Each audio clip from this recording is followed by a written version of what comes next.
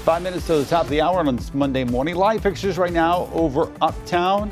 We're going to get a final check of your forecast and traffic right now. All right, and a live look outside. You can see we've got several incidents out there, so I want to take you to the newest one. This is going to be over towards Cabarrus County near Concord. We do have an accident being reported in the right lane there, blocked on I-85 northbound over towards Kannapolis. This is right at Dale Earnhardt Boulevard. We've got slow traffic backing up all the way to about Highway 601. And then this one, this is going to be an active crash that we have on southbound South Tryon Street at Billy Graham Parkway. It is blocking the left turn lane there. Chris?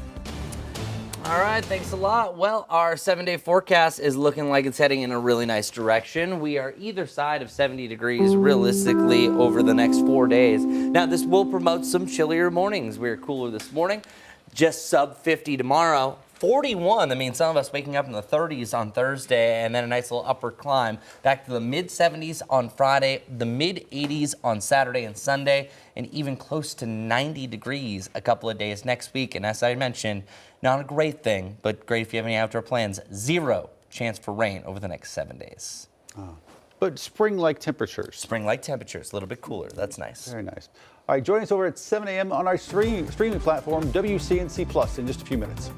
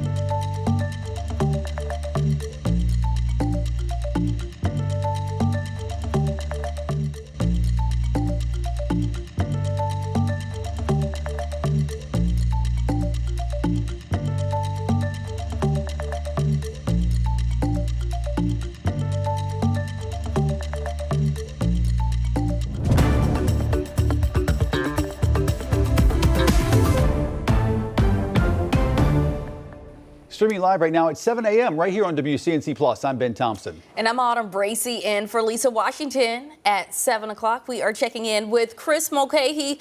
Chris, what's in store for the day ahead? I see some beautiful sunrises behind you. Yeah, these upper level clouds are usually a great way to have a beautiful sunrise. That's exactly what we're seeing here, seeing a lot of oranges and some of those reds, but it depends where you are, because over in Concord, not as beautiful. We are looking at some thicker clouds, and this is pretty much the testament of today, that at times you're going to have some avenues of clouds that are going to make you look a lot more cloudy compared to some areas that might see a little bit more mix of that blue sky with some of those clouds. So far, a low in Hickory 45, Rock Hill, your bottom is 47, Charlotte colder at 46 degrees. It's right about now, over the next 30 minutes, that we're going to have our technical low temperature for the day. It's usually either right before or within the half hour after the sun rises up that we have our bottom for the day. Now, that's usually if you have a cold front that can change things up. But the cold front yesterday, boy, did it cool us down. Yesterday, we started off in the 60s. It is 27 degrees colder for you in Morganton, an 18-degree difference here in Charlotte, a 20-degree difference for you in central Union County, right around Monroe. So 67 degrees today, mixing in some sunshine, not too bad. Just note, at times it will be partly sunny to mostly cloudy skies, or other times it can look a little bit more of a milky sky, and you can see physically where the sun is. Lylesville by far is definitely our best looking camera. We're seeing an ample amount of blue sky, but you can see that big deck of clouds that's going to roll in. Again, going to see a really changing sky throughout the day. A picture of the morning that I've seen so far, Easter sunset. This was actually taken yesterday. You can see the top of the anvil of a little thunderstorm that was starting to develop yesterday off in the distance. Really a beautiful shot here, especially with those pink flowers here in the foreground. And our surface map shows that that cold front that cooled us down today and brought us the rain yesterday is now past and gone, sitting out in the Atlantic. But you can see all those clouds moving in from the southwest. That's going to be the big driver of the forecast today. Some areas seeing, again, a little bit more blue sky. Other ones seeing a little bit more of a mostly cloudy environment, especially the further south that you go. But still a decent day. Feeling a little bit more March-like than April-like. But hey, we'll take it. At least it's not feeling like February, nor do we really see any big drops here in the short term. I think one of the biggest stories going forward, though, you're not seeing anything really pop up here in our futurecast besides some passing clouds, where our rainfall chances over the next 7 days, zero, none. Not even an isolated chance during the overnight, during evening hours. There is still a chance that this could change, but for the most recent Monday data, this is what I'm seeing, and that's a little staggering. Now, I think maybe one could start to sneak in, but drought feeds drought. Even yesterday, what we saw up to about 1/4 to 3/4 of an inch was really the higher rain totals, but some areas didn't even really receive that. And this is the big cause of concern. Every Thursday, one of these maps is updated. Still 100% of the Carolinas is abnormally dry, and 100% of North Carolina still at least under a low range drought, up to 10% under an extreme drought. So you desperately need the rain. Just letting you know that map is going to get worse over the next couple of weeks. Either side of 70 degrees over the next 4 days. Mid-70s on Friday. Thursday morning, by the way, is going to be the chilliest. And look at that. Back to the mid-80s this coming weekend as we have a boatload of sports, 2 soccer matches, and then, of course, the Charlotte Checker season starting to wind down. They're in town for Saturday and Sunday. All right. We actually have Becca with us here on WCNC Plus, so very exciting. Good morning to you. Good morning, and of course, happy spring break to everyone. A lot less traffic out there. Taking a live look outside from I-77 at the Brookshire Freeway. You could actually see what we do have a stalled vehicle on I-77 southbound right at I-270. So we are seeing some slowdowns with 1 lane of traffic currently blocked off. That is causing just some minor delays associated with that. Otherwise, these are all the active crashes and incidents we have all across the greater Charlotte area. We'll take you to this one over towards Gaston County. Crash being reported on New Hope Road at Ozark Avenue. You can see that line of yellow there indicating some delays. And this is going to be over towards Concord Mills. Traffic lights are working incorrectly right at Mallard Creek Road at Carolina Lily Lane. You'll want to treat that as a 4-way stop. We do still have this crash. This is southbound South Tryon Street at Billy Graham Parkway. Both 2 big roads, especially for that rush hour commute in that left turn lane, is still blocked there, guys. I'll have an update on how traffic is shaping up in just a few minutes. We continue to follow breaking news in North Charlotte this morning. CMPD investigating a homicide near Sunset Road. WCNC Charlotte's Richard Devane is live at that scene this morning as the sun has now come up. Richard, what can you tell us? Yeah, pretty much the same thing, Autumn. Good morning to you. First of all, good morning, Ben. Good morning to folks watching us on the Plus. We'll shoot up the block. You can see a little bit better. This all happening around 2 o'clock this morning right here in this subdivision. This is off of Cardington Court. Police say they were called about an assault with a deadly weapon. A woman was the victim. When they arrived, that woman was dead. At this time, police are still on the scene. They've been here pretty much all morning. A few of officers have left, but they say this was a victim who apparently knew the person who took her life. Take a listen. This appears to be a familial relationship between the victim and the suspect. We are not looking for any additional suspects at this time. This does not appear to be a random case of violence. And at this point in time, there appears to be no ongoing threat to the community. Again, and Major Fishback saying that the person knew the person who took her life. He also said if anyone knows someone who is involved in a situation that is violent or abusive relationship, they need to seek help. Also, at this point, they say it's too early to give out any information as far as how the victim was killed or if the victim's name or the suspect or possible suspect's name at this time. They do say they have one person in custody. Of course, we'll continue to wait to get more information, ask questions, and when we get them, we'll provide them to you as quickly as we get them. We're right here in North Charlotte. This is Richard Devane. Guys, we'll send it back to you. All right, Richard, keep us posted. Today, a man facing a long list of charges after a violent home break-in in Noda is set to appear in court. CMPD investigators say 29-year-old Alex Sustos was arrested Friday following what they describe as brutal times. Police say Sustos broke into a Noda home on Heron Avenue where he allegedly assaulted 2 victims. He doused one of them in gasoline and then set the house on fire. Both victims are recovering. Sustos is now facing a total of 16 charges, 2 of them from a previous arrest where allegedly he grabbed his girlfriend by the neck and shoved her to the ground. Right now, we're following several investigations from over the weekend. First up in East Charlotte, one person shot Sunday afternoon. It happened on Balsam Fir Drive. That's just off Albemarle Road. They're currently being treated for life-threatening injuries. New developments in a house fire in Indian Trail. It happened early Sunday on Seacrest Shortcut Road. We're learning one of the 2 people taken to the hospital has died, a 59-year-old man who owned that house. Firefighters say improperly discarded smoking materials sparked the fire.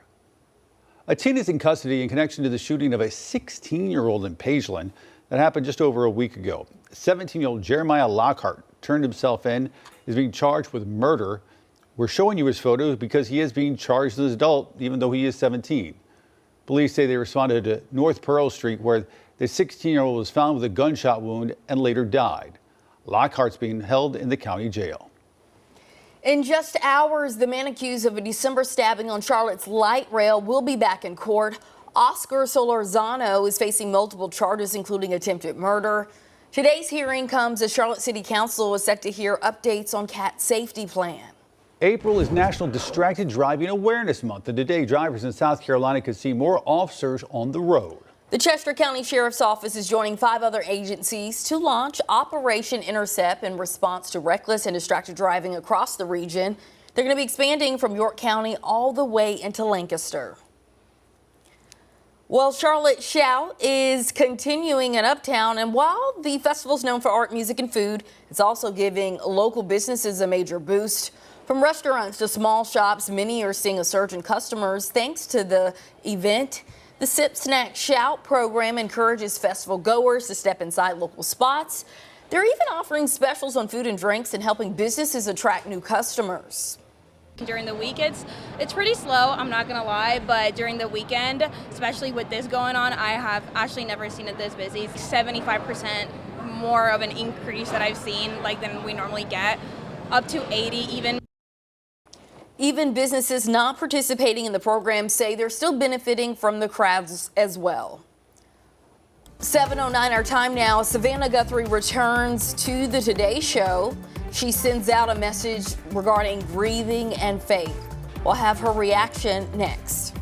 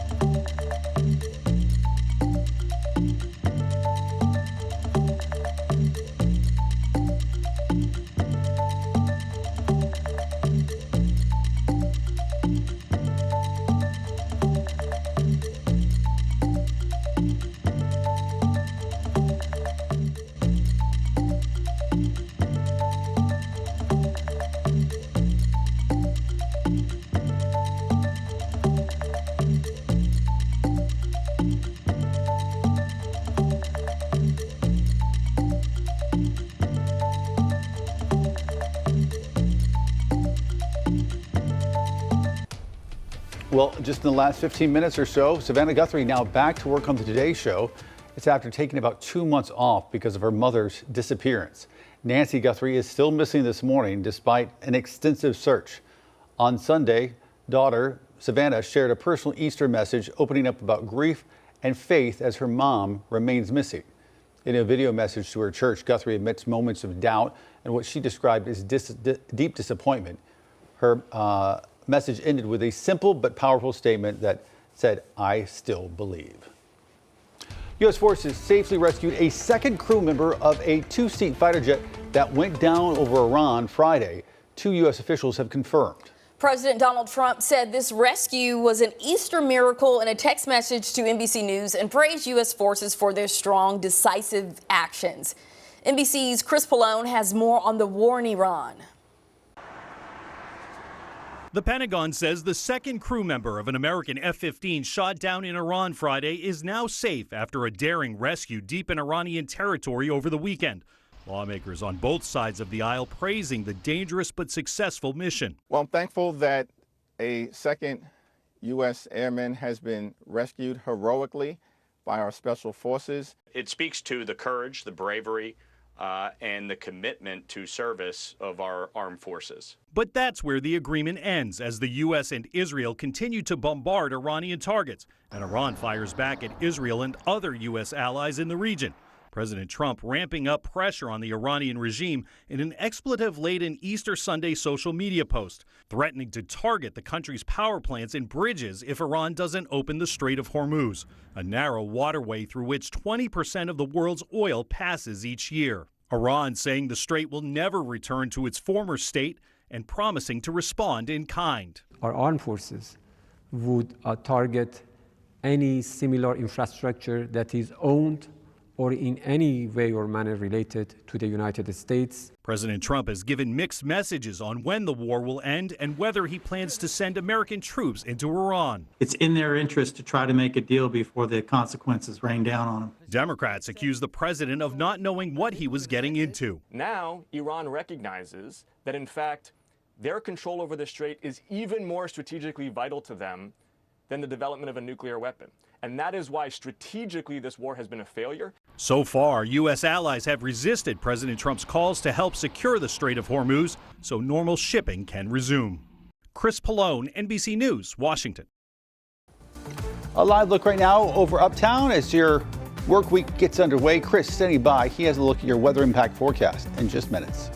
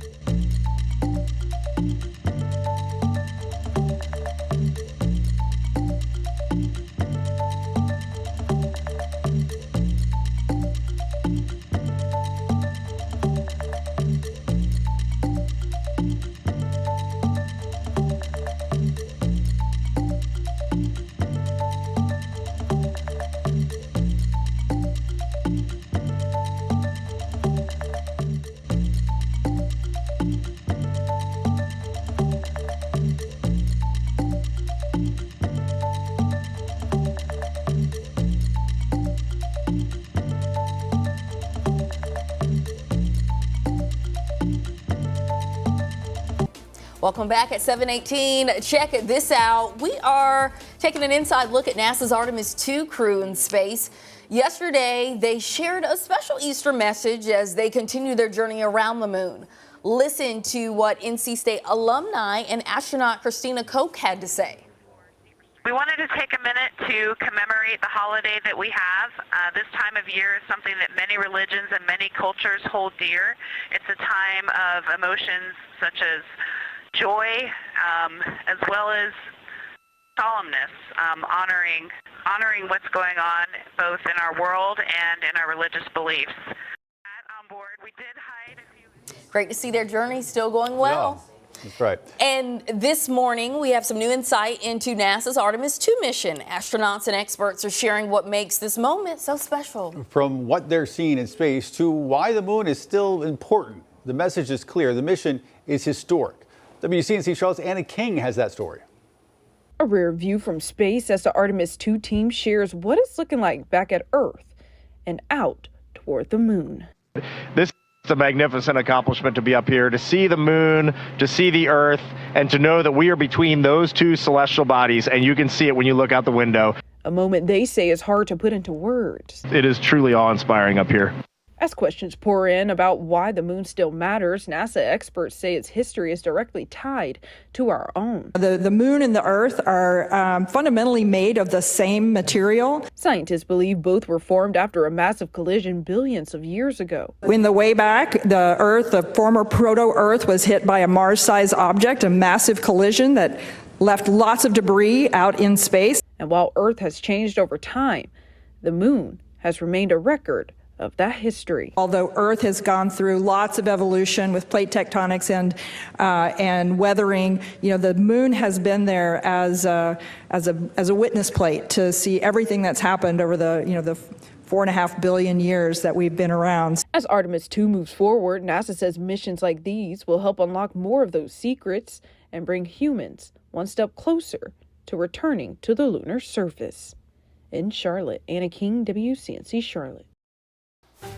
And if you hadn't had the opportunity, some of the images that they were able to take of Earth almost look like they were artificial intelligence just because of how breathtakingly perfect they were. So definitely check that out. And this is not something that is worth checking out because our drought monitor is just awful right now. And oftentimes it's this time of year that we're seeing a lot more rain. We're March and April are the 3rd and 4th wettest month that we have each and every year. Typically, doesn't always work out that way. Meanwhile, March was the 8th driest we had on record, and we're at least near normal for the month of April. But check out these bottom line numbers. Whenever I update this on a Thursday, see how this is outlined in red? Anything that's outlined in red got worse. Anything that's outlined in white stayed the same. So things either flatline or they got worse per the most recent update. Now, luckily, the most recent rain we saw, I think it's going to kind of keep us even keel, but I looked at it.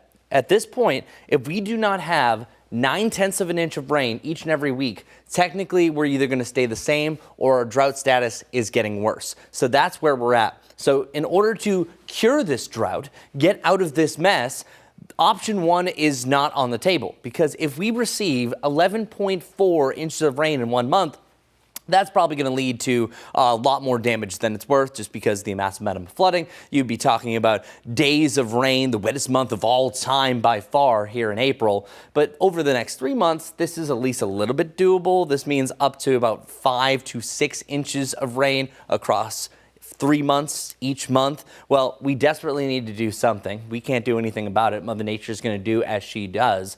But it's at this point that it's becoming a dire situation that if we don't get some big time weather shifts, and it looks like things were shifting this weekend, now we're kind of heading the opposite direction.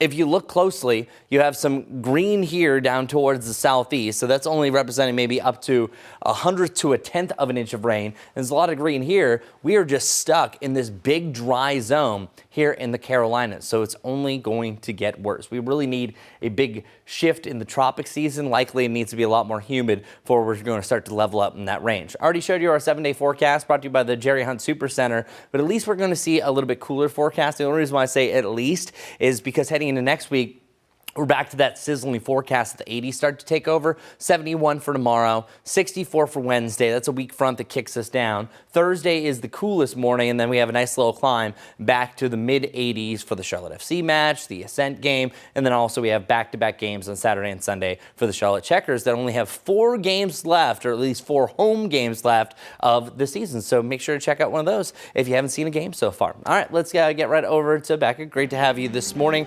It's been quiet in the weather department, quiet in traffic as well. It has. You know, spring break doing us a lot of favors in the traffic department. This is what it looks like for that rush hour commute. Normally, we would have added a lot more reds and oranges to the map, indicating lots of congestion out there, but this is pretty smooth sailing if you're headed out early on this Monday morning. Now, we do have several active accidents and crashes, about 5 across the greater Charlotte area. The newest one is going to be on Steel Creek, in the area of Steel Creek on South Tryon Street, just south of Westinghouse Boulevard. Some slowdowns indicated there. Live look I-85 near Sam Wilson Road. Normally this time of day, it is absolutely jam-packed on those northbound lanes, but flowing smoothly as of now. Here are all the active crashes across the area, but do want to go ahead and get to this disabled vehicle causing some minor issues. It's going to be on Providence Road at Audrey Kell Road.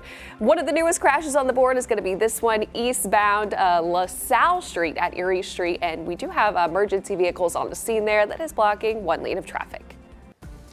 724, live pictures over Uptown. Sun coming up on a new day and a new week. Keep it right here on WCNC Plus.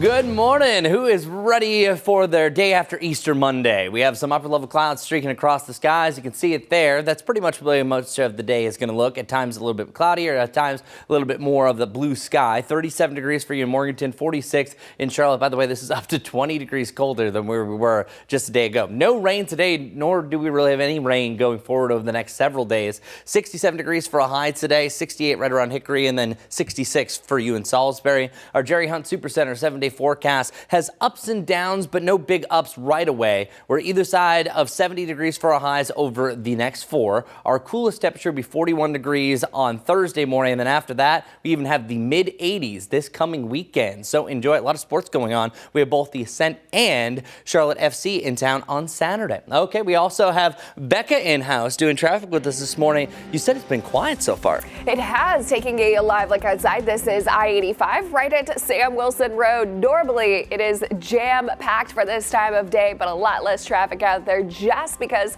of spring break. So if you're headed out anywhere, you're in pretty good shape. We do have still about 5 to 6 active crashes or incidents out there, including this one. This is a disabled vehicle right on Providence Road at Audrey Kill.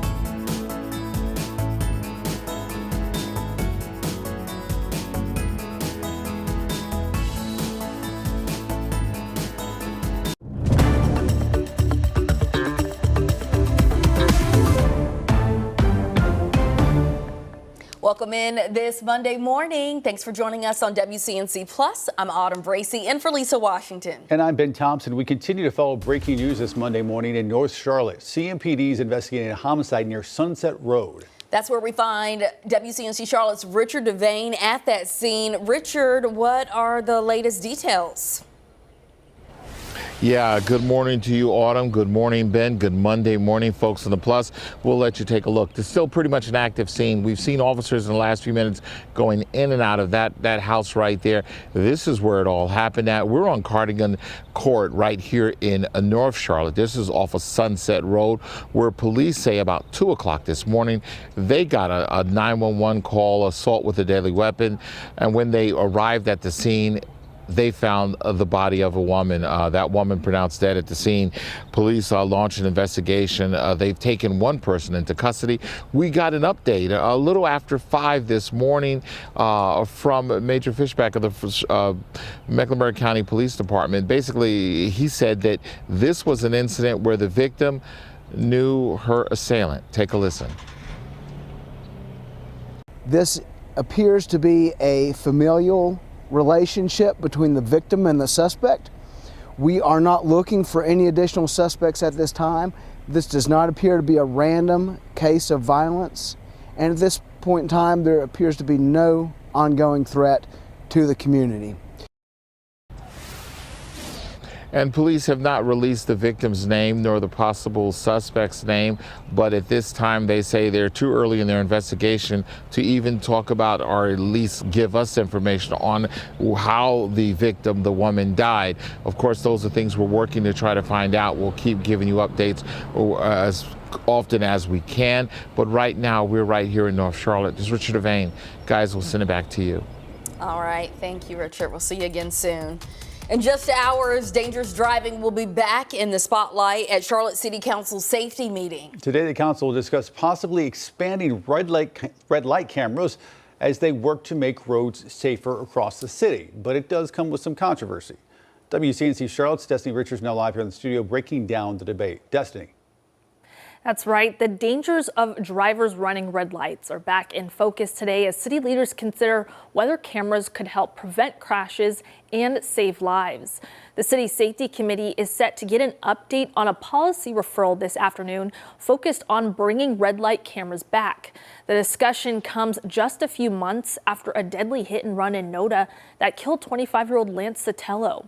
Charlotte used red light cameras from 1998 to 2006 with a reported 30% drop in collisions before the program ended over cost concerns.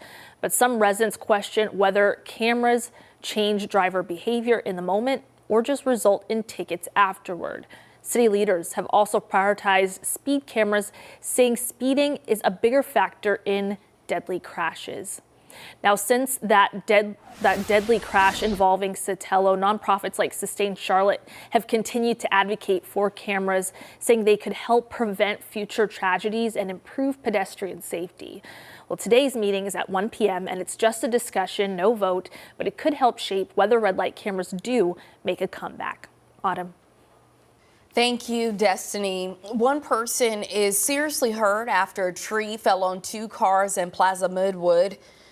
This incident happened Sunday on Clement Avenue, which is just north of Central. The driver of the first car reported someone in the second car was trapped, and that tree, as you see, caused some major damage to the vehicle.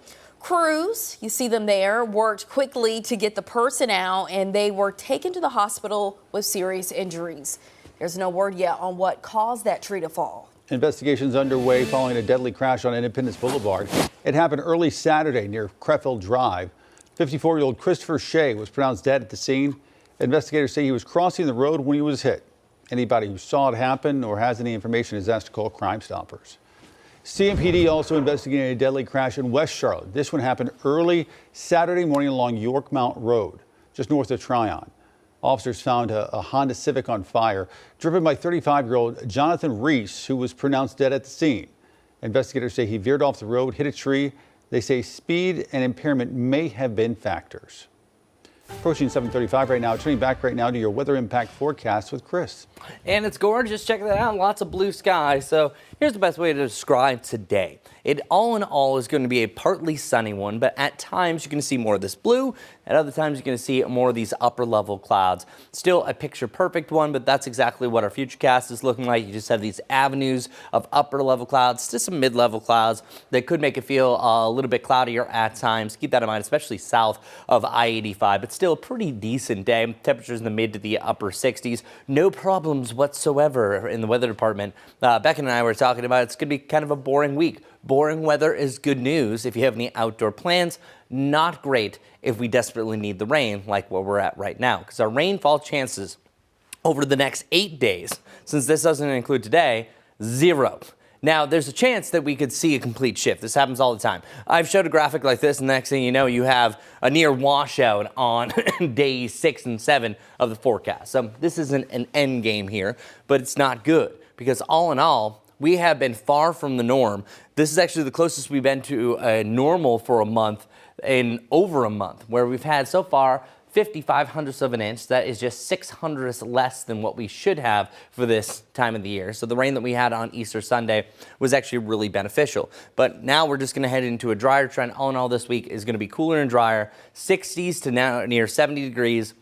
Feeling a lot more like April, but truly today almost feels more like late March. So we're making up for those hotter March times that we had. And the all in all skyscape for today, as I mentioned, forever changing. Let's call it a partly sunny one to average out. Temperatures reaching the mid to the upper 60s today. If we had a lot more sunshine, didn't have some of those clouds, I think we would easily be hitting 70 degrees. But there's still a chance I wouldn't be surprised if you do have what's called differential heating. A couple of 70s popping up here on the map across the greater Charlotte area.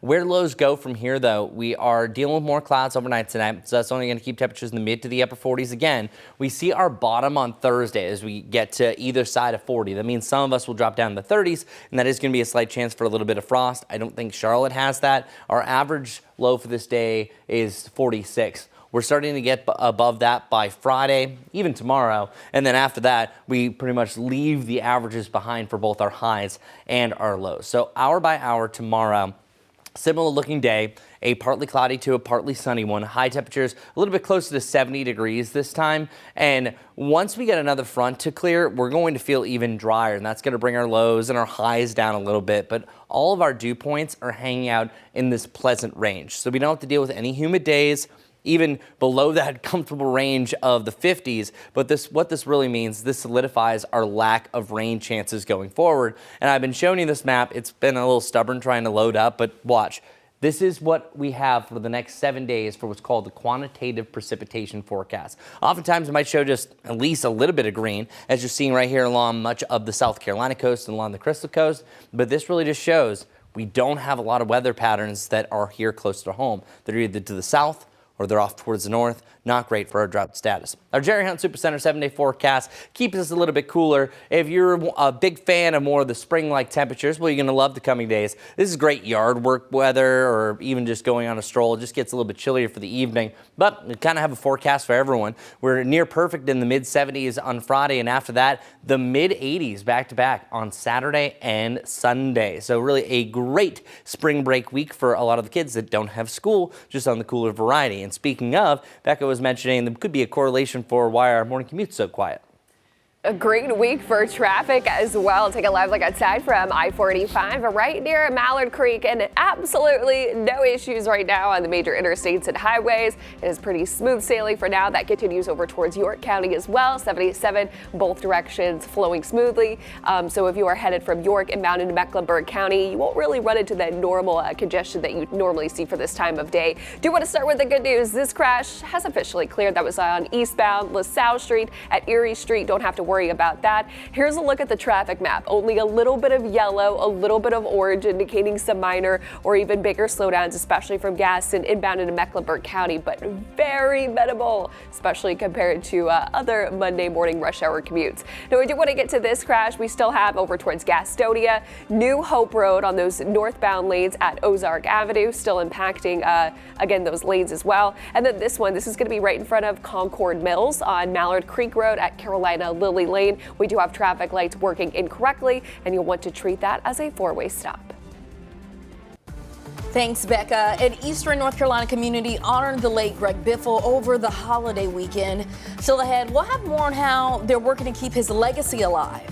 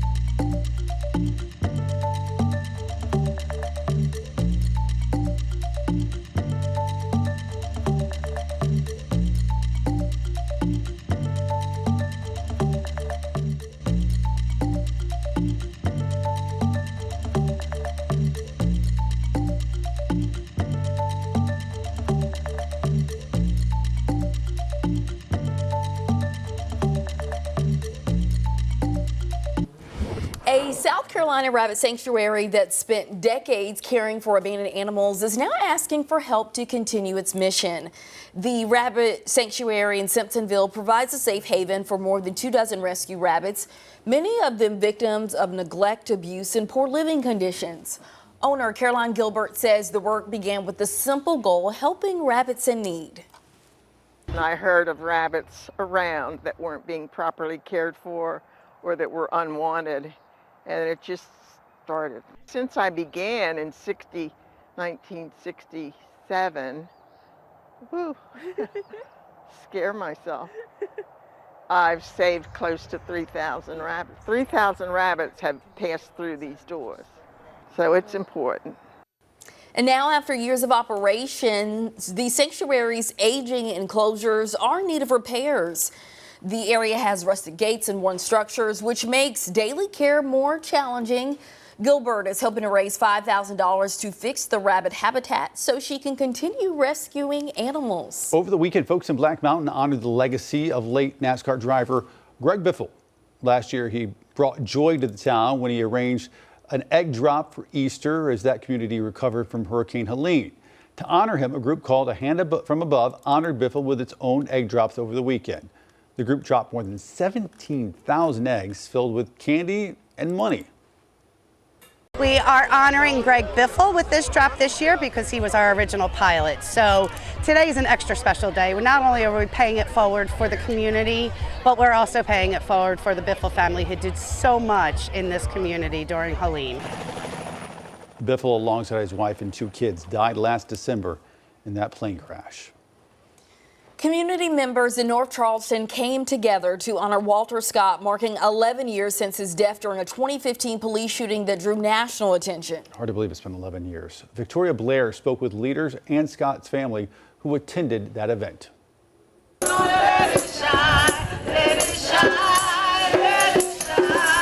Going back and thinking about it, it was just scary and just traumatic. And I would never want anybody or any family to have to go through that again. The Scott family, friends, and community partners gathered in solidarity to remember Walter Scott. He was a 50-year-old father and Coast Guard veteran, shot multiple times in the back during a traffic stop in North Charleston 11 years ago on April 4th. The officer who killed him, Michael Sledger, was later convicted and sentenced to 20 years in prison. We can't live in peaceful communities if we don't have the rule of law, and that means holding our leaders accountable when they fail us. It means holding police officers accountable when they fail us. It means holding the system accountable when it fails us. Community leaders called for continued police reform, and the city of North Charleston says they are united in creating a safer community for all. I don't ever want to have a Walter Scott situation ever happen again, you know, in the city of North Charleston, and I don't think any chief ever wants that to happen in their jurisdiction. You know, we work incredibly hard to make sure that our officers are the most professional. The Scott family says this gathering is about turning grief into unity, making sure no family in this community feels alone who have lost a loved one. Being able to be around people that may have been going through the same similar situations and have the same goal of justice is really important. This remembrance was filled with singing, dancing, and art. Therapists and legal advocates were also on hand for families in need of support. People often don't know what their rights are, and so it's important to help educate the community so that we can stop injustice where it is, and we can, more importantly, build a more just world. The Scott family said they will keep fighting for a world free of unjust police violence. And they have a message for Walter. Everybody loves you, and we're going to keep your name alive. We wish you were here. That's it. Yeah, no, we'll keep your name alive, and like you always say, take care of each other. He will not die, but Walter L. Scott, we will live on. At 7:47, we're getting some live pictures of 45 near Mount Holly. Becca will have a look at your traffic as you are making your way in this Monday, coming up next.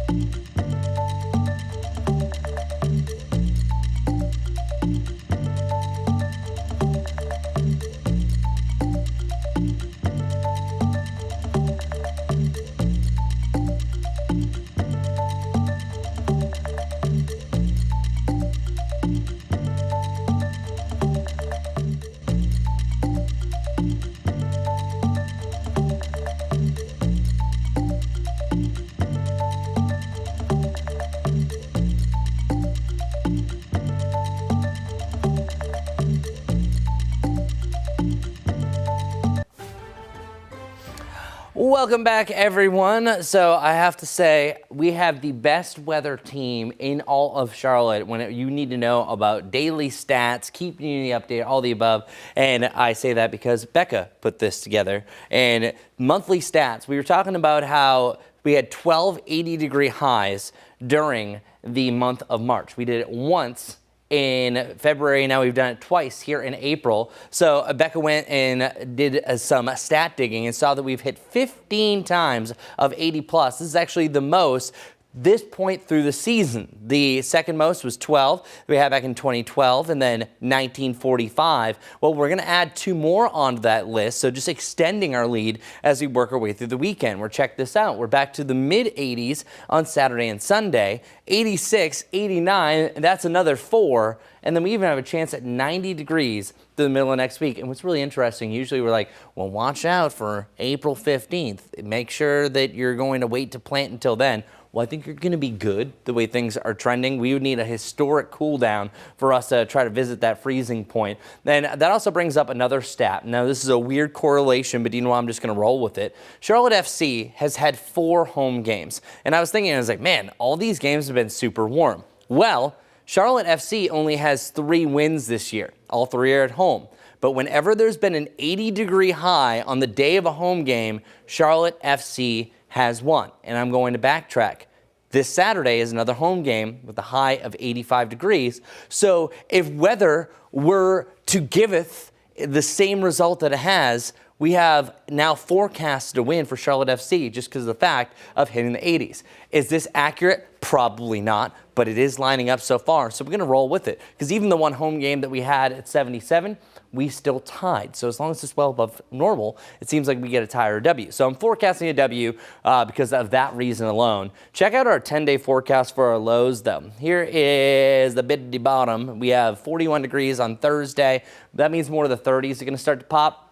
Looking at it closely, we need the winds to simmer down a little bit more. If we get a clear sky and a calm wind, some of us, keyword some of us, especially north and northwest Charlotte, could have a little bit of morning frost. That could be a little bit of a problem, but outside of that, we're not dropping any words like that beginning with F or S. We're not seeing any big freezes or snows. I think we can pretty much close that chapter, but we'll see. There's always a chance. Our precipitation chances, this is crazy. I was looking to see if any changes have happened since I came in. Nope, flatlining over the next 10 days. As of right now, no chances for rain. Not great for the drought status. All right, what's great for the morning commute, though, clearly, is kids not going to school, Becca. That's right, and no April showers either. That's kind of making for just an easy overall morning commute out there. Live look from I-77 near Remount Road. Normally, it is absolutely jam-packed for this time of day, but it actually flowing pretty smoothly, especially if you're headed up further over towards the uptown Charlotte area. Same goes over towards York County. Live view, I-77 at Gold Hill Road, so really barely any issues if you are headed out early on this Monday morning. A little bit of yellow and orange there, but nothing compared to normally what we see for a weekday morning commute. We do have still some accidents and incidents out there, including this one. This is going to be on South Tryon Street, south of Westinghouse Boulevard in the Steel Creek neighborhood. And then this one still causing some minor delays. That's a disabled vehicle over towards Providence Road at Audrey Kell Road. Otherwise, pretty smooth sailing, guys. All right, how about this? You can mention this today at the water cooler, a little factoid. On this day, back in 1980, company 3M introduced its very first Post-it note. That's right. It's an office product that would quickly become a worldwide staple. We all use them. Originally tested in the late 70s, the small yellow notes took off after a nationwide launch, becoming one of the most popular, recognizable tools for communication and organization. Developers Art Fry and Spencer Silver turned a simple idea into a new way to share messages at home and offices. I hope they made a lot of money. And here's the twist. The signature adhesive that made them famous wasn't planned at all. Nope. Silver originally set out to create a super strong glue, but instead invented a weak reusable adhesive, the key to the Post-it note success. And now they come in all colors. It's not just yellow anymore. I know, I love them. So do you have Post-it notes? I haven't used them probably since school, but you know, I use them a lot though. I use them I leave notes for my better half. Oh, like to get through the day. Usually, because I wake up so early. So yeah, I use them quite frequently, actually. They're nice. Love that. They're so handy. You don't need a big, long notebook, just a quick Post-it. Keeps it quick. Easy. Live pictures right now over Uptown as you get at your Post-it notes this morning. Keep it right here on WCNC Plus.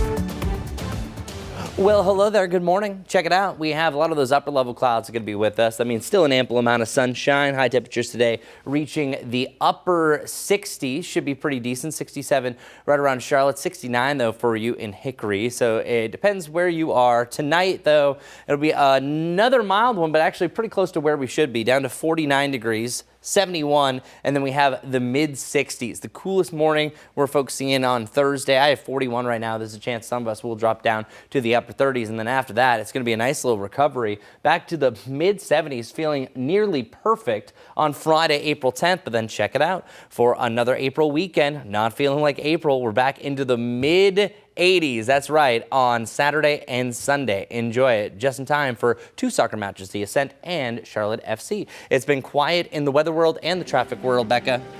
That's right. Good looking spring break week there. And of course, that means a lot less traffic out on the roadways. That is why you can see normally we see a pretty hefty line of traffic here in York County, especially on those northbound lanes for 77. Not seeing that for today. In fact, more green than any yellows and oranges. That is a rare weekday treat. We do have several incidents out there, including this one, Gastonia, New Hope Road.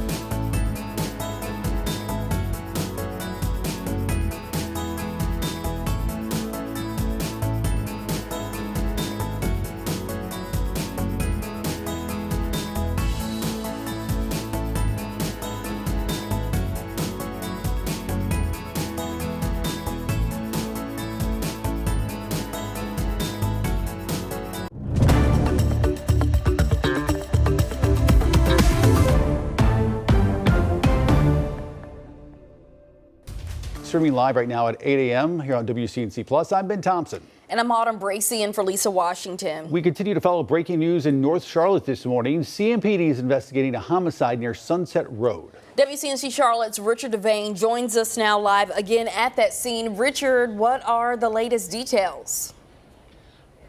Yeah, good morning to you, Autumn. Good morning, Ben. Good Monday morning, folks on the Plus. The latest details in the city's latest homicide is that it was a woman apparently killed by her husband of 25 years. Still an active scene here. This information not coming from CMPD. This information coming from that victim's sister off camera just a few minutes ago. She and her daughter were here at the scene after they heard word. They were called, I should say, and they came out to the scene. This police say happened about 2 o'clock this morning right here on Cardington Court. This is off of Sunset Road in North Charlotte. Police say when they arrived, they found the victim who was dead on the scene. And now the sister tells me that the victim actually was shot. We spoke to police earlier. Here's what they had to say about this incident. Take a listen. This appears to be a familial relationship between the victim and the suspect. We are not looking for any additional suspects at this time. This does not appear to be a random case of violence. And at this point in time, there appears to be no ongoing threat to the community. Yeah, police say they have that other person, the husband. Apparently, they're questioning him. He's in custody. If we get more information, we'll provide it to you. The police did make a comment about if someone's experiencing violence in the family, contact police or get that person help.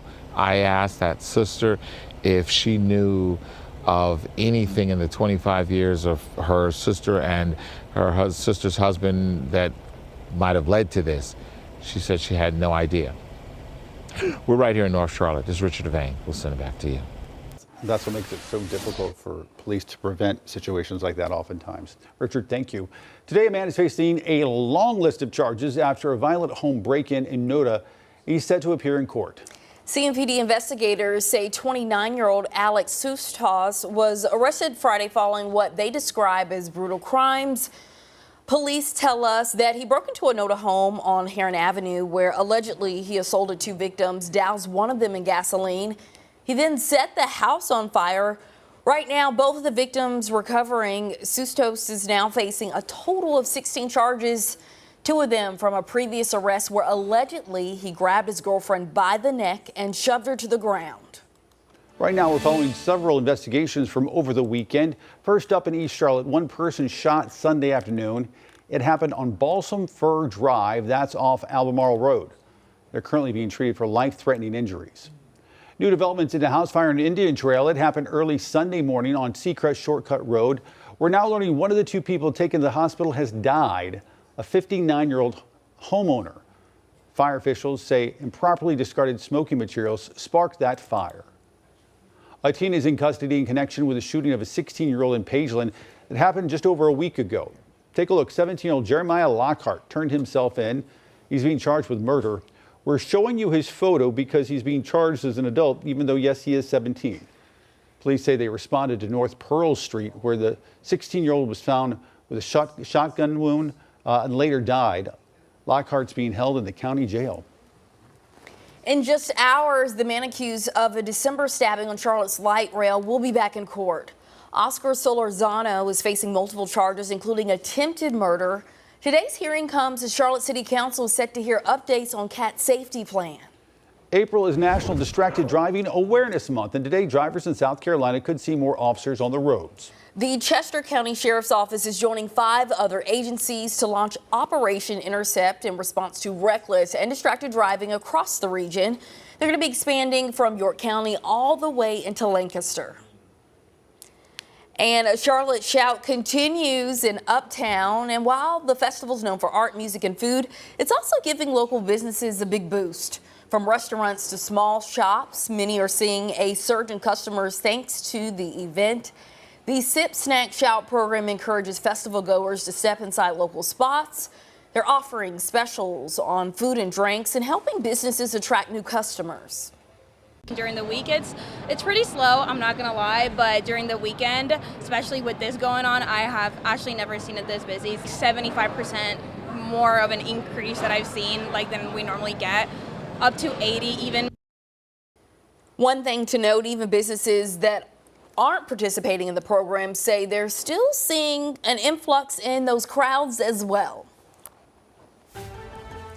Okay, let's do this. Upper level clouds joining us, seeing a little sliver of blue right here over in Monroe. So all in all, it's not going to be the most perfect sunny day, but we will still see plenty of sunshine trying to get through these layer of clouds. Temperatures right now, we are at 48 degrees. That means we have come up from our morning low of 45. So these, I think, are the official ones for the day. It's usually within an hour either side of the sunrise time, and that was just after 7 o'clock this morning that we hit our low. 48 degrees right now in Charlotte, same thing in Monroe, and then 37 for you in Boone. This is a big difference still, though, compared to just a day ago. It's 26 degrees colder for you in Morganton, 19 degree difference around Gastonia, and 16 degree diff around the Charlotte area. And that's going to bring temperatures back up into the 60s today. We actually had a high of 68 degrees yesterday. We're going to be very close to that. Now, I have 67 here, but if we're getting more sunshine, we could get right back close to that 70 degree point that we're going to be at tomorrow. One a little bit more conservative,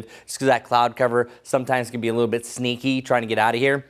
But meanwhile, Lylesville showing really a picture perfect image here. A lot of these upper level clouds, which again, a lot of sunshine can get through, and you can also see these nice little streaks of all the airplanes from the contrails. This is also a really cool photo that was sent in by one of you. Now, you didn't leave a name, so you can text us, and that's always a great way to kind of do an outreach. But this was taken during Easter at sunset yesterday. You can see this decaying little thunderhead off into the distance of Booger Town, North Carolina, and yes, that is real. We are dealing with some rain off towards the east. That is that cold front that pushed through yesterday. Clouds streaking across the skies, but we are staying perfectly dry here in the near term. Just going to see some thicker clouds above our heads from time to time over the next 36 to 48 hours. As you see, it's a pretty consistent stream of cloud cover, but we're lacking moisture, so we're not going to see any rain. I mean, literally not a rain chance over the next 7 days. Now, rain chances are divided into two. There's the daytime rain chance, which is 6 a.m. to 6 p.m., and there's 6 p.m. to 6 a.m., which is the nighttime rain chance.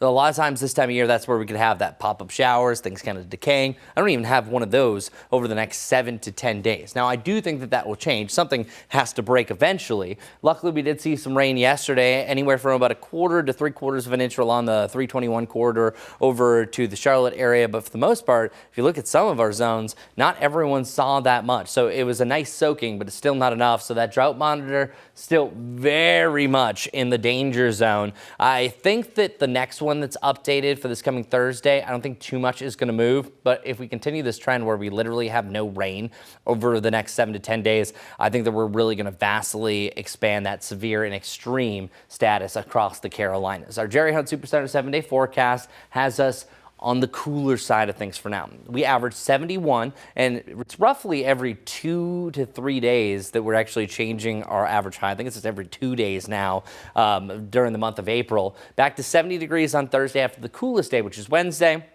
Thursday, the next day, will be the coolest morning of the week, and then we have a nice little climb up, the mid-60s and another 10-degree bump heading in the weekend. Both days trending to be in the mid-80s with sunshine, so potential pool days and just great potential to be outside. All right, let's see if there's any potential things slowing you down this morning with Becca. Not much slowing you down out there. Live look outside from Brooksford at Beatty's Ford Road. Traffic moving along pretty smoothly, so it's been an easygoing morning so far. You can see that being reflected on the traffic map. Again, a lot more green out there than yellow, so that's going to be good news, especially if you have some early morning Monday plans. Now, we are up to about 9 active incidents and crashes just across the greater Charlotte area, none of which are causing any major slowdowns, so at least we have that going for us. Still have this crash in the Still Creek neighborhood, South Tryon Street, just south of Westinghouse Boulevard, and then further off towards the east, you have this disabled vehicle. This is going to be on Providence Road at Audrey Kell Road, and then want to take you up to the north on that Cabarrus, Mecklenburg County line. Traffic lights working incorrectly. This is going to be right in front of Concord Mills on Mallard Creek Road. You'll want to treat that as a 4-way stop. Thanks, Becca. Before we head to break, check out this exclusive shopping deal for our viewers. That feeling of panic that happens when our cell phones aren't charged, well, during a major power outage, you're no longer connected to the news, your family, your loved ones. This is how you stay connected. This is like a portable generator without gasoline. It's 7.1 pounds, so it weighs less than a gallon of milk. But you can charge up 7 different portable devices at one time. It gives you a built-in lamp that you can illuminate an entire room, a flashlight that can be as bright as 20,000 lumens, and this may be the most impressive of all. With AC power, what you can do is now plug in something that is just a regular household plug and operate it as if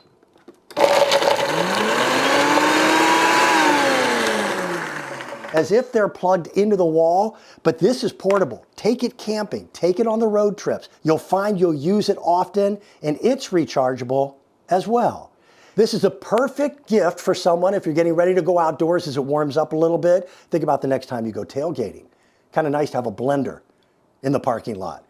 The price on this normally is $200. Our deal price is $149.99. That's 25% off. All you have to do is scan that QR code or check us out at shoptvdeals.com.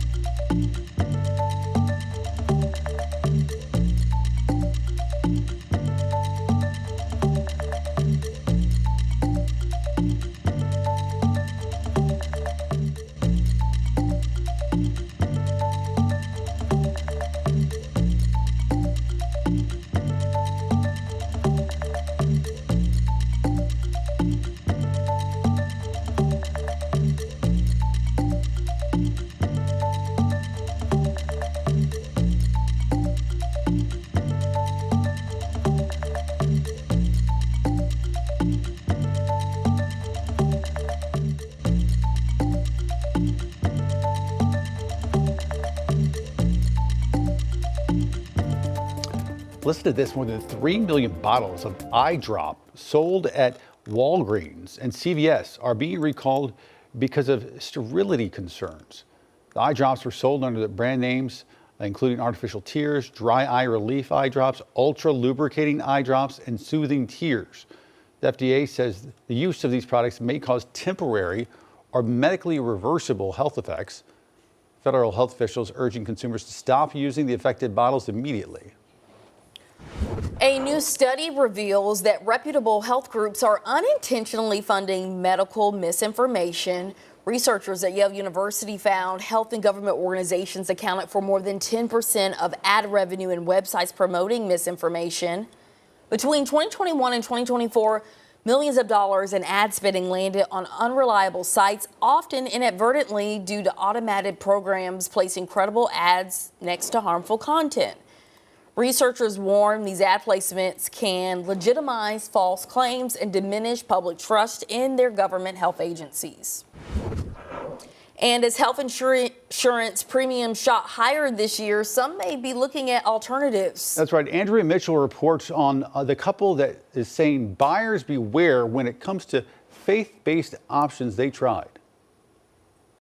I just feel ashamed, like I should have known better or done better, you know, and didn't get us in this financial trouble. That trouble for Las Vegas couple Anita and Stephen Thornton began nearly 2 years ago.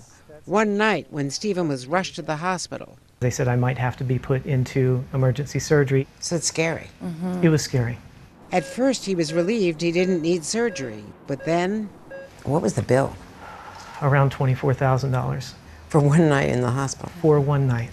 A bill they thought they'd have help with. I was under the impression that we had protection. Are you tired of expensive healthcare costs? Protection through a healthcare sharing ministry called MediShare. As a community of believers, we share in one another's medical bills and support. These sharing ministries are not regulated the way insurance is. That's because, as they say up front, they are not insurance. Payments are voluntary among members. The pitch: pay into a collective fund and then get help with medical bills. But Stephen and Anita say that's not what happened. I'm sorry, it's just, It's okay, take your time. I'm sorry, it was so difficult and it was so frustrating that they didn't help us. MediShare members agree not to use tobacco or abuse alcohol and attest to a personal relationship with Jesus Christ. Why did you decide to sign up? Well, I signed up because the insurance premiums on the open market were too high for us. They tried working with MediShare for a year, but there was no help with their bill. And then... we got radio silence. You know, that's when Stephen was like, well, let's contact NBC because we saw the segment on the Costa denial. After NBC News asked MediShare about the case, all of a sudden the tune changed. Soon the Thorntons received a call from a MediShare supervisor, which they recorded. I do apologize for the experience that you've had. It's not an experience we want for our members. MediShare told us it was grieved by the lengthy and unusual delay. It says was caused by billing errors by the provider, submission errors by the Thorntons, and administrative errors by MediShare. MediShare says once it learned of the problem, it processed a payment. An ordeal the Thorntons hope others will learn from. What happened to us was very terrifying and nerve-wracking. I don't want anybody else to go through this. Okay, it's Monday. Is your brain working? If not, we're gonna get it going. Your Monday morning trivia, the subject is health. So we were just talking about that. What is the only part of the body that doesn't have any pain receptors? Is it A, the brain, B, the heart, C, the liver, or D, skin? The answer coming up after the break.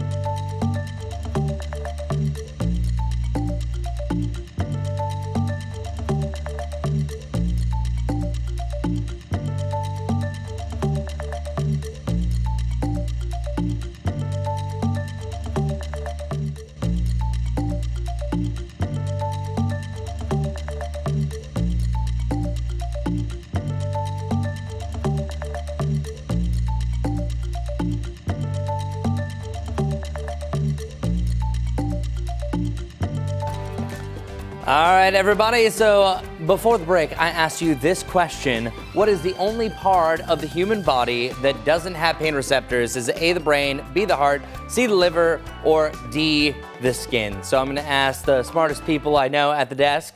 All right, Autumn, Ben, what do you think the answer is? I mean, the thing is, this was a hard question. Yes. It was. Until we started eavesdropping. And then Chris, who's never whispered a day in his life, was discussing the answer with Becca over in the Weather Center. So I'm going to go with brain. Do you know that's a really good guess? And my wife would actually say the same thing. Yes, it is brain. Very good. How did we know? I thought this was really interesting. I actually learned this over the weekend. So the way that this all goes down is the reason why it's the brain is like, well, what about headaches? Well, it's actually the membrane around there that can kind of expand. That's what gives you the headache. As far as number 2, Autumn admitted that she was going to guess that. That actually has the second least receptors in the human body. So if you got that right, congrats, you got 1 life point. So good job. And I need to work on being quiet because my wife also says that. I was like, whisper. I was like, I am, and I'm talking this loud. Okay, so right around 70 degrees is where we're going to be living over the next couple of days. There's only one day that kind of separates itself, and that is on Wednesday. We actually have another weak front that's going to roll through. If we had a bunch of moisture, say if we've had a lot more rain recently, something that's called transpiration could be happening, and that's literally where you have evaporation from the trees and plants. That is what really gives us extra moisture. Since we've been lacking that, all in all, just been dealing with the pollen, we don't have that extra juice that we need. But say if we had a lot more moisture in the air, we would be looking at another rain chance along with that, but instead it's just gonna be a dry, cold front, back to 70 before we see a nice little climb. Check it out. 85 degrees on Saturday and Sunday, and close to 90 degrees on the 14th and the 15th. That would be one of the earliest 90-degree highs if we do indeed hit that. But first up, the first step is to get above 87. We have not been able to do that. We officially did that 3 times during the month of March, and then we also had a close 86 as well. As far as our lows are concerned, we will hit the bottom for our low temperatures on Thursday morning. Oftentimes, it's not directly when the front passes, it's the following morning that you have that cooler temperature, and then a nice little comeback to the 40s and the 50s, even the 60s by next Tuesday. And next week, it's going to be super warm all in all. And this is the bad news, people. We don't have any rain. Now, if you have, say, a big party this weekend, great news for you. You don't have to worry about any rain chances. I think that this could change. Maybe we'll start to see some 10s and 20s popping up here, but a very rarity, because this is actually what the graphic looks like. Becca knows this when it's broken. It's not broken. We just are broken off from all the rest of the rain that the rest of the country is seeing. So we'll see how that changes. As far as our traffic changes, Becca was saying that this has been actually a pretty easy morning. Hopefully we're not jinxing it. It's been kind of a rare treat, definitely due to it being spring break. A lot of people off from school and work as well. Live look from Monroe Expressway right near Rocky River, and it kind of shows the whole story across the greater Charlotte area. Only really a couple of cars out there. Lots of grade. This is typically what we see right at the 6 o'clock hour, but it is fast and smooth out there pretty much anywhere that you're headed. We do still have some incidents out there. I want to get to the latest one. This is going to be another traffic malfunction being reported on Reams Road right at North Park Boulevard. Still seeing some greens in and around the area, so this is only causing some minor delays. And then out over towards Gastonia, this one is clear. This was on a New Hope Road southbound at Ozark Avenue. Do have this disabled vehicle. This is impacting those southbound Tryon Street lanes at Sugar Creek Road. That is right in the middle of the intersection. And this one also has cleared as well. This was on South Tryon Street, just north of Arrowwood Road. 8:24 right now as we take a live look right now over uptown on a Monday morning. Spring break for a lot of folks out there. Keep it right here on WCNC Plus.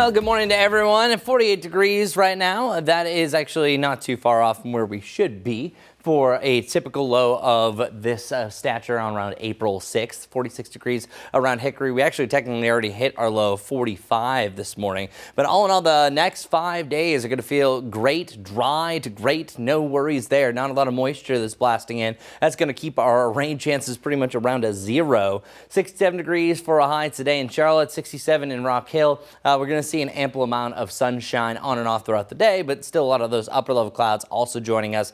We hit our bottom for the week on Wednesday. That's where we only have a high of 64. Barely reaching 40 degrees for our low on Thursday. And after that, we have the 70s and even the 80s heading into the weekend. All right. Let's get right to our morning commute with Becca Birdsall. Good morning.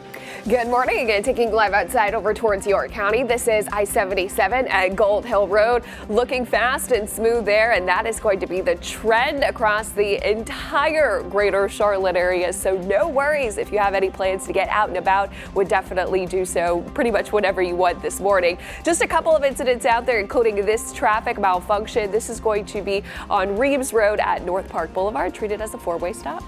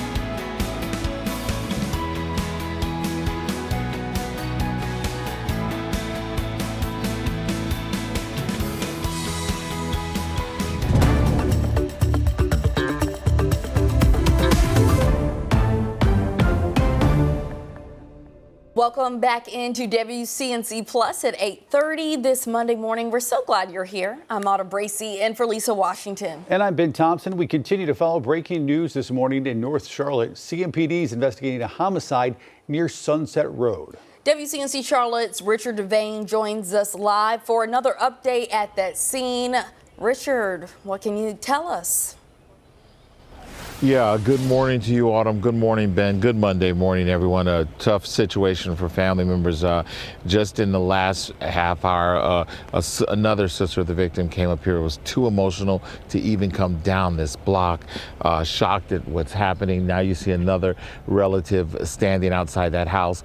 All this after tragic news that a woman who was married for 25 years to her husband has lost her life to apparently at the end of that husband shooting her. Now this coming from the family members. Police say that about 2 o'clock this morning they got a call about an assault with a deadly weapon here in the 5700 block of Cardington Court, and that's where police say when they arrived they found that victim dead. The police say they've taken the other person who was inside the house, the male person I should say, who was inside the house, down for questioning.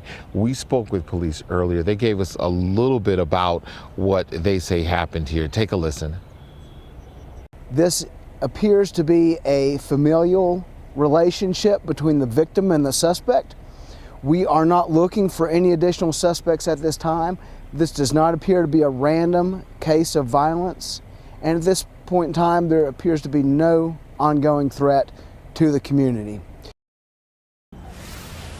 Yeah, as you continue to look at that house and look at people just waking up to this terrible news, the sister that I spoke to said that her sister had been married for 25 years, and the couple did have children. When I asked her if she knew of any problems in the family or between them, she said she did not. Of course, that is the sister telling us that she is saying the husband shot and killed his wife of 25 years.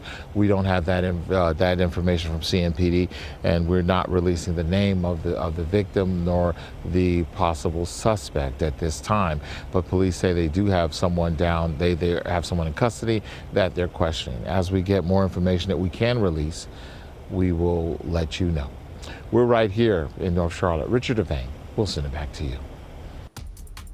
Thanks, Richard. In just hours, dangerous driving is going to be back in the spotlight at Charlotte City Council safety meeting. Today, the council will discuss possibly expanding red light cameras as they work to make roads safer across the city. But the issue comes with controversy. WCNC Charlotte's Destiny Richards now live here in the studio breaking down that debate. Destiny. That's right. The dangers of drivers running red lights are back in focus today as city leaders consider whether cameras could help prevent crashes and save lives. The city's safety committee is set to get an update this afternoon on a policy referral focused on bringing red light cameras back. The discussion comes just a few months after a deadly hit and run in Noda that killed 25-year-old Lance Sotelo. Now, Charlotte used red light cameras from 1998 to 2006 with a reported 30% drop in collisions before the program ended over cost concerns. But some residents question whether cameras change driver behavior in the moment or just result in tickets afterward. City leaders have also prioritized speed cameras, saying speeding is a bigger factor in deadly crashes. Now, nonprofits like Sustain Charlotte continue to advocate for cameras, saying they could help prevent future tragedies and improve pedestrian safety. Today's meeting is at 1 p.m. and it's just a discussion, no vote, but it could help shape whether red light cameras do make a comeback. Autumn. Thank you. One person is seriously hurt after a tree fell on two cars in Plaza Midwood. This incident happened Sunday on Clement Avenue, which is just north of Central. The driver of that first car reported someone in the second car was trapped. And as you see, the tree caused some major damage to that vehicle.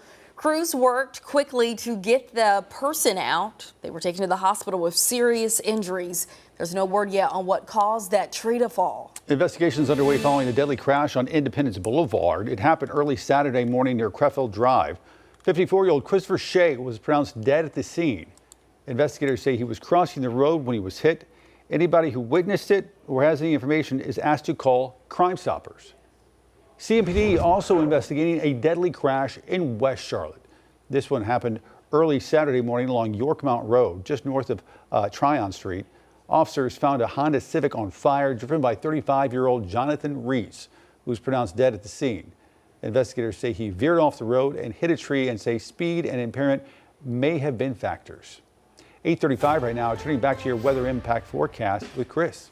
Hey, thanks a lot. It was a beautiful end to yesterday as those clouds are moving through. And now we are still dealing with some leftover clouds, and we eventually saw the sunshine. One of my favorite sayings is sunshine always follows rain. That was yesterday's scenario. Now it's just cold air follows a cold front because it is 16 degrees colder for you in Charlotte, a 20-degree difference in Concord, and then 25 degrees colder for you in Morganton. Our camera dropped off here in the background, but we have 48 degrees right now around Charlotte, 46 degrees in Hickory, and then heading into the afternoon, eventually we're going to see temperatures get back into the lower to the mid 60s. I have a high of 67 degrees today. Still think that some of us get up to that 68 to 69 degree point, but all in all, not too bad of a day. This is just a little bit below where we should be. We typically should be in the lower 70s, and it should be a decent evening as well. Just much colder compared to maybe what we had a few days ago. We've had so many days pop into the 80s recently that once we get back to the typical March and early April temperatures. Like, oh, what is this? This is just normal. I think all in all, you have a partly clear to a mostly cloudy overnight. That's going to keep temperatures fairly mild in the mid to the upper 40s overnight tonight, dropping down to 41 on Thursday. Thursday looks to be the chilliest morning, and then after that, nice little warm up. We have that front that passed yesterday lingering down towards the south. Instead of perfectly dry air, we're actually seeing some moisture in the mid to upper levels that is supporting some cloud cover. So that's going to be on and off throughout the day. And as you can see, over the next 36 hours, even that front down towards the south doesn't do too much. We do have another front that eventually is going to pass us over the next couple of days. Kind of stalls out, starts to slow down through your Tuesday heading into Wednesday. That's not a problem. That's not really a big deal that I'm seeing whatsoever. We'll have a little trough that drifts across the area, but that's just going to keep clouds around mainly for our forecast. But since we're not really dealing with a lot of moisture, more of a flow from a drier direction, we literally have zero chance of rain over the next 7 days. So I usually mention this is a great time to do some painting, but it's not because you have the pollen that's everywhere. So really just take advantage of the drier times if you want to do anything outside. Great yard work weather, honestly, especially over the next few days. Rainfall chances are at a 0 for the next 7, but rainfall yesterday, we did see up to about 3/4 of an inch around Lincoln. Most of us were anywhere from up to a third or less. The only exception is really right here off towards the west, up and down the 321 corridor, where we saw a majority of the rain, over an inch in some spots in western South Carolina. So even though we saw rain yesterday, it's not good news going forward because we need a lot more rain and a lot more of it. Really, we need at least up to about an inch per week for us to really readjust ourselves. But as you can see, I updated this on Thursday. Every time I put a red outline, as you're seeing right through here, that is where you have a really downgrade of that category. So across the board, we're going to continue to see kind of rough goes as far as our drought monitor is concerned, because we don't have a lot of rain to even keep us where we should be for this time of year. Even if we weren't in drought, we would still be heading towards drought the way that the forecast has been. So over the next 3 months, I'm going to ignore this because this would be too much rain all at once. You need over 18 inches of rain in a 3-month period here in Charlotte to get us back to at least just normal. Our futurecast rainfall, I just wanted to show you this to really visualize a point. You see a little bit of rain up in Jefferson, about 1/100th of an inch all the way through the weekend, but that is it. All rain chances either well to the south or well to the north of us, but not here along the I-85 corridor through Charlotte. Our Jerry Hunt Supercenter 7-day forecast does show that the average should be about 71. We're close to that tomorrow, below it on Wednesday, back to it on Thursday, and then we have a near perfect day on Friday. All these days feeling great. We don't have that humid air that's really added back whatsoever, and the mid-80s even on Saturday and Sunday. There is an interesting fact with the 80s in Charlotte FC. I'll share you that here in a little moment. But let's get right over to Becca for another look at our morning commute. So far, so good, Chris. Near perfect traffic out there. Live look outside from I-77 just past that I-85 exit. Traffic looking good. Absolutely no issues there. Both those north and southbound lanes. That does extend over towards York County as well. Live view from 77 to Gold Hill Road. Do want to let you know, start with the good news. This disabled vehicle has completely cleared. This was blocking one lane of southbound Tryon Street at Sugar Creek Road. No longer have to worry about that for your morning commute. And if you are headed out pretty much anywhere, you're going to be in good shape. That includes I-45, Independence Boulevard, 77, 85, even extends all the way to I-40 as well. Now, just a few things out there that I want to let you know of. This is going to be a new crash that we had over in North Charlotte. I will have an update on how that is impacting that traffic flow coming up in just a few minutes. 840 on WCNC Plus, a new historical marker on the coast, raising some eyebrows and getting some mixed opinions. We'll tell you why up next.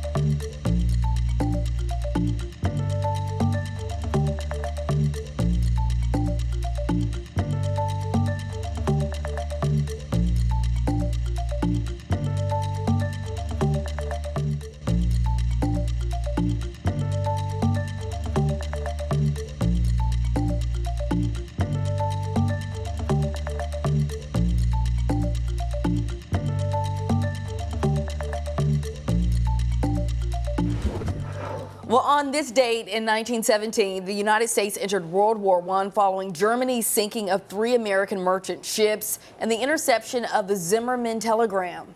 The Defense Casualty Analysis System shows more than 4 million U.S. troops served in the conflict and more than 50,000 were killed in battle. The war came to an end in 1918 when Germany accepted terms set by the Allies. A new historical marker recalls a German U-boat attack on the North Carolina coast that happened during World War II. J.C. Caldwell was in Curry Beach, where the question still exists: did the attack happen?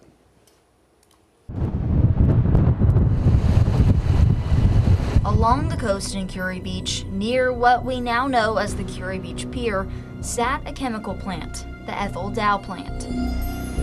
It was used to extract bromine from seawater, which is a component of aviation fuel.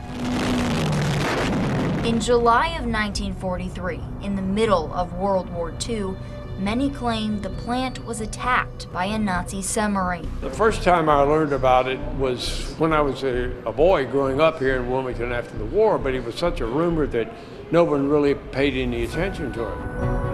Wilbur Jones, a former Navy captain and World War II historian, is one of the believers. Historically speaking, the war had turned against the German submarines, and I suspect that this one that surfaced off Curry Beach fired probably the last shot.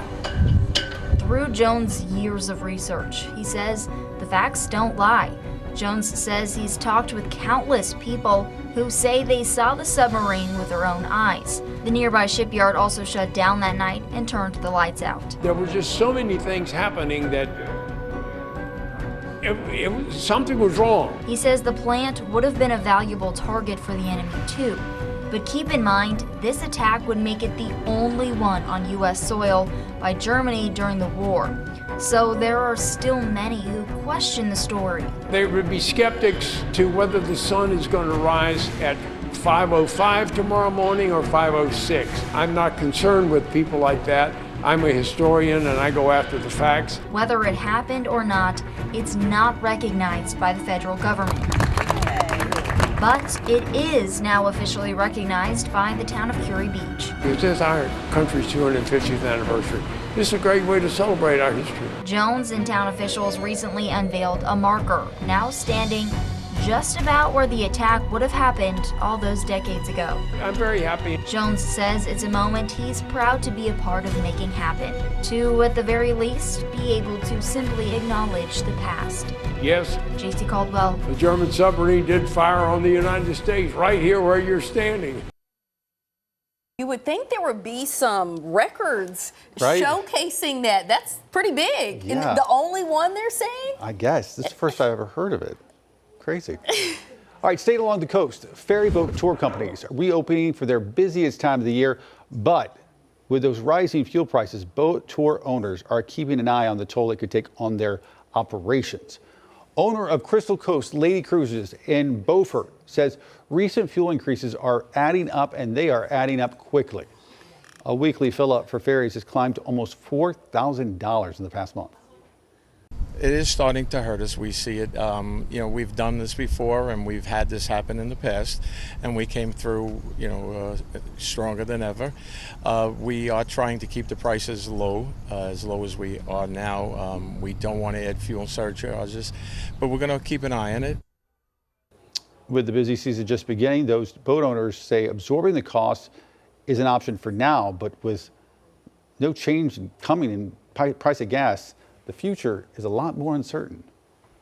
At 8:47, we are taking a live look at I-85 at mile marker 40 near Graham. Looks like traffic is moving rather smoothly. When we return, Becca will have your latest for those hitting the roads.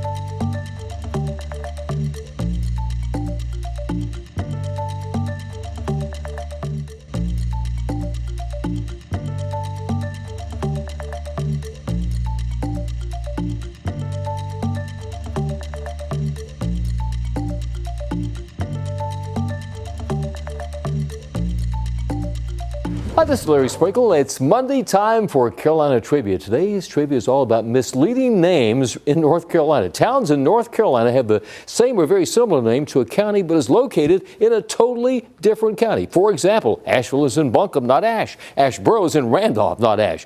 Beaufort is in Carteret, not Beaufort County. Cleveland is in Rowan, not Cleveland County. Davidson is in Mecklenburg, not Davidson.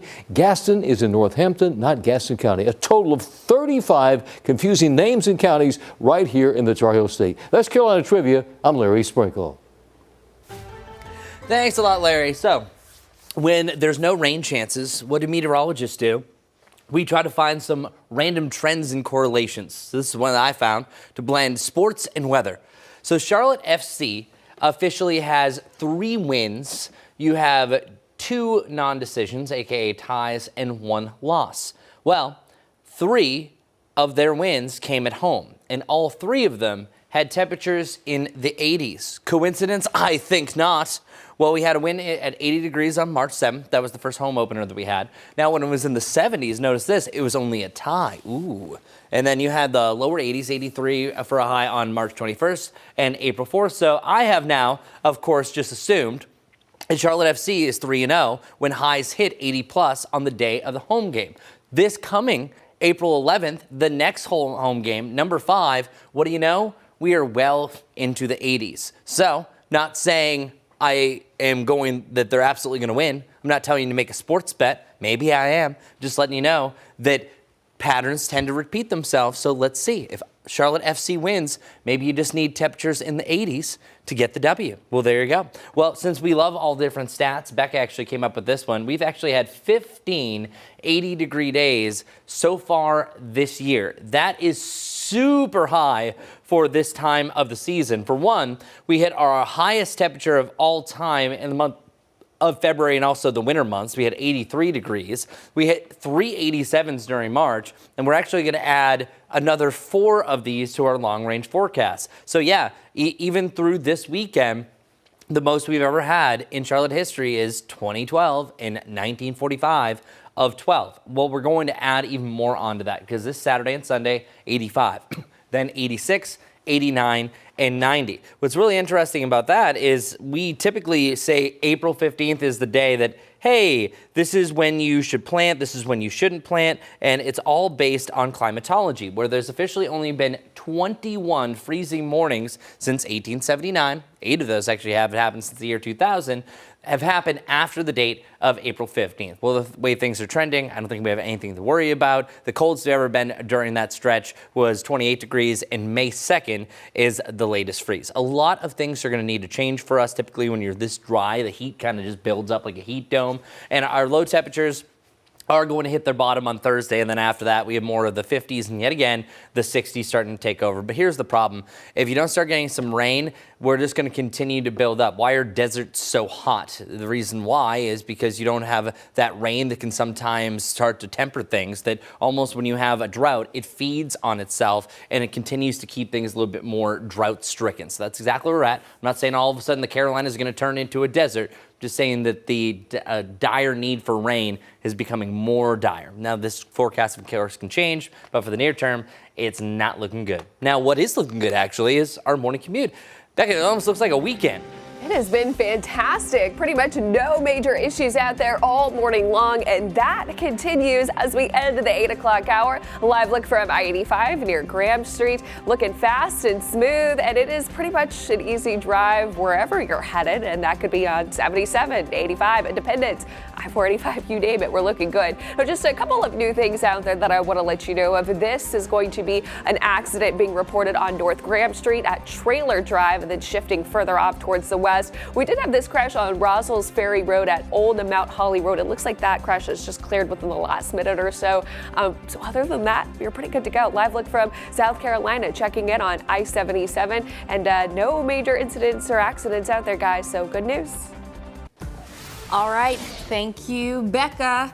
At 8:54, we're taking a look inside Live Impact News.